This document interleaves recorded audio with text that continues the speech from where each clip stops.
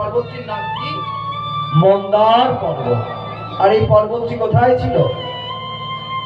এই পর্বতটি এই পৃথিবীতেই ছিল। এবং কোন জায়গায় ছিল? মগধে ছিল। এই মন্দার পর্বত সেই স্থানে থাকার জন্যই সেই স্থানের নাম হয়েছিল মগধ বা মগধ, যার বর্তমান নাম বিহার। এই বিহারে এই পর্বতটি অবস্থান করতেন।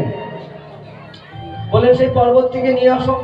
কিন্তু দেবতাদের অসুরদের কারোর শক্তি সাধ্য নাই যে সেই পর্বতকে কেটে আনে মাথাটি। ভগবানই তার সুদর্শন চক্র দিয়ে সেই পর্বতের মাথাটিকে সুন্দরভাবে কেটে দিলেন। বলেন এবার গিয়ে তুলে নিয়ে আসো, তাও পারলেন না।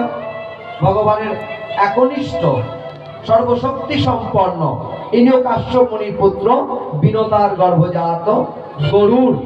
তিনি যে এক পায়ে এক হাতে পাখির যেটাই পা সেটাই হাত, সেই পা